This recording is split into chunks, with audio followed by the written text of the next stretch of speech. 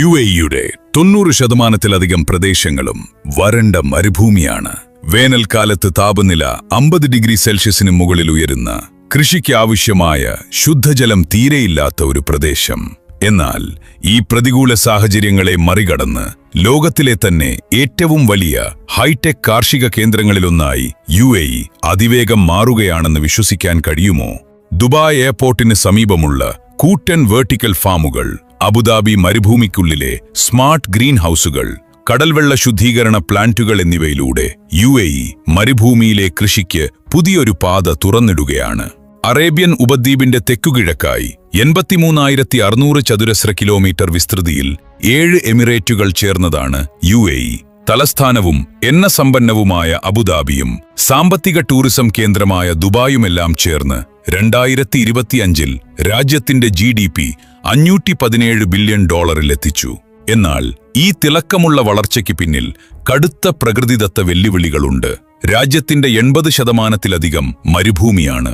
ശരാശരി മഴ പ്രതിവർഷം വെറും 100 മില്ലിമീറ്റർ മാത്രം. സ്ഥിരമായ പുഴകളോ തടാകങ്ങളോ ഇല്ല.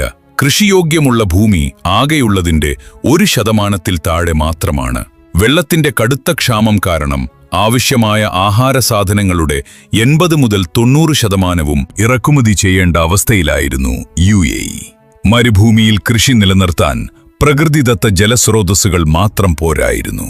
അതിനായി കടൽവെള്ള ശുദ്ധീകരണവും മലിനജല പുനരുപയോഗവും ചേർത്തുള്ള കൂറ്റൻ കൃത്രിമ ജലശൃംഖല UAE കെട്ടിപ്പടുത്തു.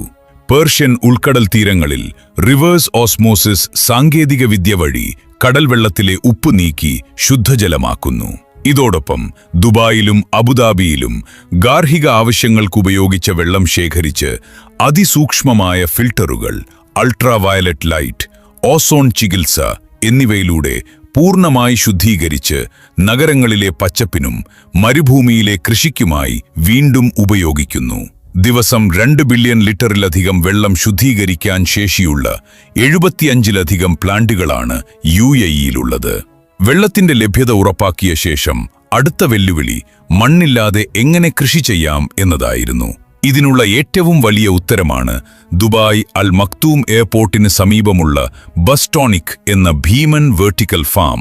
3,30,000 ചതുരശ്ര അടി വിസ്തീർണമുള്ള 4 ഫീഫ ഫുട്ബോൾ ഗ്രൗണ്ടുകളുടെ വലിപ്പം, $40 മില്യൺ ചെലവഴിച്ച് നിർമ്മിച്ച ലോകത്തിലെ ഏറ്റവും വലിയ ഹൈഡ്രോപോണിക് വെർട്ടിക്കൽ ഫാമാണിത്.